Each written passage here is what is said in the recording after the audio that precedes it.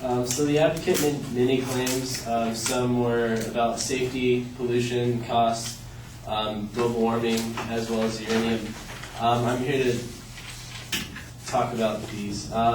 First, he stated that we have enough uranium that there's uranium sources, like little mines, I guess.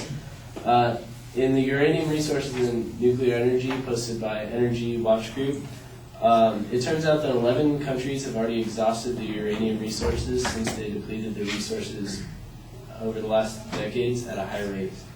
The remaining resources with the highest probability are in Australia, Canada, and Argentina, and Kazakhstan, which together contain about 2/3 of these resources.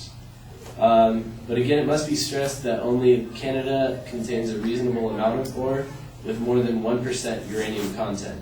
Australia has by far the largest resources, but the ore grade is very low, with 90% of its resources containing less than 0.06%.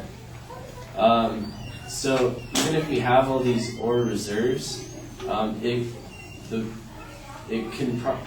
chances of it being above 1% are zero. They're all, or not zero, but they're all low-grade uranium. Low-grade uranium ores contains less than 1% yellow cake, which is what they call uranium. They're at least 10 times less concentrated than the high-grade ores. To obtain 1 kilogram of yellow cake, at least 10 tons of low-grade ore has to be mined. This entails a huge increase in the fossil fuels required for mining and milling. Also, they talked about thorium. Tim Dean, who's a science and technology journalist in Sydney, says the main drawback to thorium is that it's not vigorously fissible, and it needs a source of neutrons to kick off the reaction. Unlike enriched uranium, which can be left to its own devices to start producing power, thorium needs a bit of coaxing. Thorium also cannot maintain criticality on its own. That is, it can't sustain a nuclear reaction once it's been started. This means that the uranium-233 produced at the end of the thorium fuel cycle doesn't pump out enough neutrons when it splits to keep the reaction self-sustaining. Eventually, the reaction fizzes out.